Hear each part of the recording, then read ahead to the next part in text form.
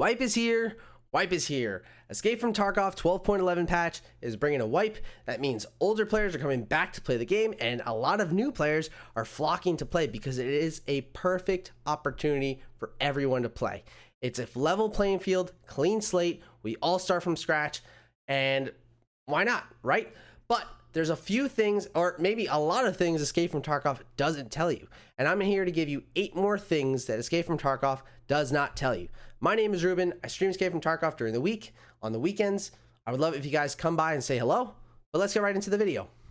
So in Escape from Tarkov, there's a few things I like to go over, especially for the newer players. And that first thing being post effects. Now what post effects are is basically like a filter for yourself so you can see the game a little bit differently. So you can make the colors more vibrant, you can actually make the colors a little more dull, depending on what you like to look at, and also how you like to visualize targets in the game is all dependent on your preference. I know that I like to have the greens be green and the darks be dark and the reds be reds, but I also want to see people in the shadows. I don't want them to just become invisible. There's like problems with that in games where you really can't play around with it, and sometimes people can mess around with their NVIDIA settings or their monitor settings, but it's sometimes not good enough, or you don't want to be bothered with that. That's why Escape from Tarkov has post effects. So right now I have post effects on. You can see a little more vibrancy in the greens, in the reds. Everything looks kind of nice, and I actually prefer this. My eyes prefer this. I can see people in the shadows. I can see people in brighter spots as well. But if we go to the post effects and we're going to visualize them, you can play around with it. So right now I have them on. I'm going to shut them off, and you can see how it becomes a little more dull. If you prefer this and if you're used to this in the game, I would say this would be the optimal setting if you don't want to mess around with the post effects, but experiment with it. You can experiment with the brightness, and the brightness does not mean it makes the shadows brighter. It just makes everything a little more vibrant. The saturation, same thing. If you guys want to copy this down, use this, go from here. There's different color gradings. There's colorblind modes. You can do different intensities for that. But that's post effects. So if you want to experiment with that, I highly suggest you do. You can look up other people's post effects. If you see other streamers that you like, I'm sure they put a post effects on their commands list so that you can copy their thing and then modify it a little bit more. Right now, I came up with this one. If you guys want to use it, go right ahead. I'm at the pipe. I'm pushing gas, gonna clear.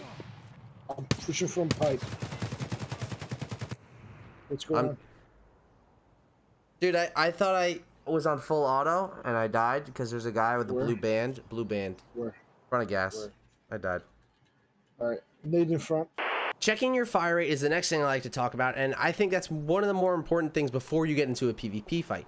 If you don't check your fire rate, or if you just don't remember what your gun is on, you're either gonna lose a gunfight terribly just because of that. A lot of times, and it's killed me more oftentimes than not, I don't check it, and I'm on single fire mode when I see a guy 10 feet in front of me and I know I have the jump on him, but I'm on single fire mode and I completely lose the fight because I put one shot, I hit him, he knows I'm there, he turns and he shreds me to death. It's not fun. It's the worst thing ever because you just don't expect it. So checking your fire rate, I changed my keybind, but I have it to X. Right now I'm on single fire mode, and then I'm just going to double tap to change it to full auto. So knowing when to use this is really important. So if you're doing longer distance shots, you want to change it to single fire mode, and if you want to just shred someone about within 30 yards, depending on the weapon you have, switch that baby to full auto, and you're gonna win that gunfight most of the time. So the next thing I like to talk about PvP in the game, and what the game doesn't really tell you, is that when you heal or when you do an animation, it makes it so that it puts away your weapon. So for example, I'm gonna heal my legs and it puts away my gun. Now, that is what it is, but when you're in the middle of a PvP fight, it's super important to take your weapon out again so you can engage. Especially if you're around a corner and you hear the guy coming, you want to stop your animation and pull out your weapon so you can actually kill him and not just get killed by healing. Now, a way to do that, super simple thing, is you're going to start healing and then click. Simply clicking the fire on your left mouse button is going to cancel the animation, and then you're good to go and you're ready to engage. In many other shooters, when you're hiding behind cover, whatever you see down your sights is what you can shoot at, no problem. So in Call of Duty, there's that head glitch, and you can just barely peek your head over, but as long as you're seeing down sights, you can shoot, and you can barely see over, right? But in Escape from Tarkov, there's something called height over bore, so that's that realism. So just because you can see behind cover doesn't mean you can shoot behind it. And I'll show you an example here. So I'm going to crouch, finesse crouch a little bit. So yes, I can see where my target is, but I have to look at my bore. My bore is beneath cover, so if I go to shoot, I'm hitting cover every single time. It's really important that you just clear so you can shoot downrange. Does this expose you a little bit more? Yes, but it's important to remember that if you see someone and you want to stay somewhat behind cover, you have to make sure your barrel is over that cover and not just your sights. So when it comes to shooting and looking down sights in Escape from Tarkov, if you're taking longer range shots, it's important to know zeroing and how to zero. So zeroing, you're going to use the page up and page down. Aim down sights with your long range scope. Page up is to zero up, or page down to zero down. Right now I'm at 50 meters, and if I shoot, I'm going to be about a notch, maybe a notch down from the center of the sight. Now if I go up a little bit, I'm still a little lower, and I'm roughly on target, maybe a little lower. So by zeroing, you're going to set and understand how the bullet drops and how much you need to either compensate or zero on your sight.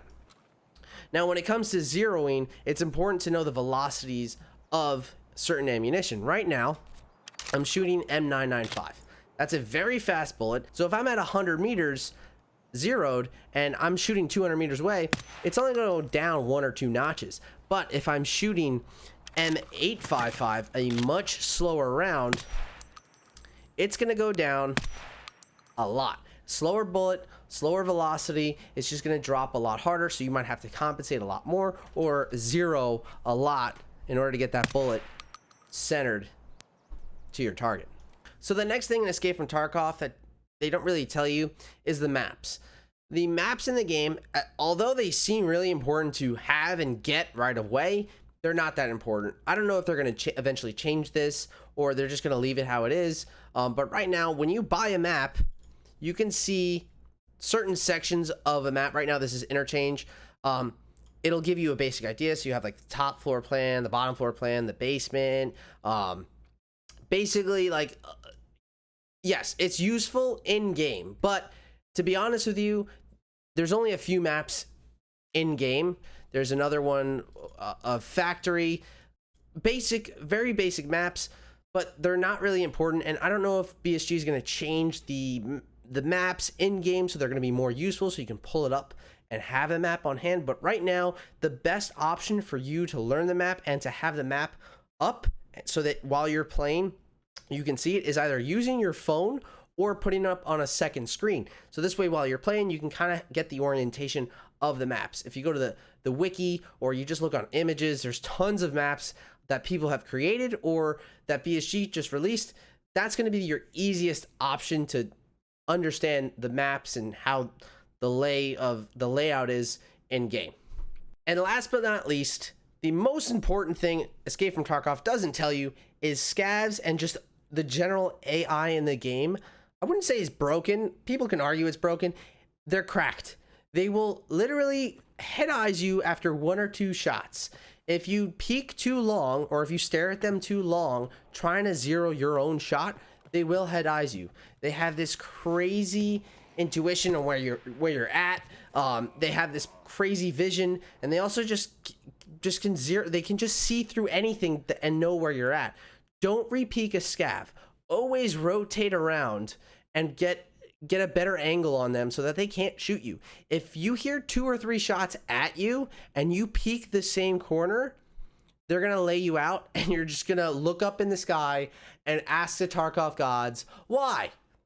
You don't want that to happen. So when you're fighting scavs, although they may seem a little stupid, they will head eyes you with the shittiest ammo ever, and then your game is over and you're frustrated forever. So that is 8 things Escape from Tarkov doesn't tell you. If you guys enjoyed the video, please drop a like down below. Comment a couple of things that You may have found out that the game never told you, and you just found out and you're like, holy crap, thank God this video is out.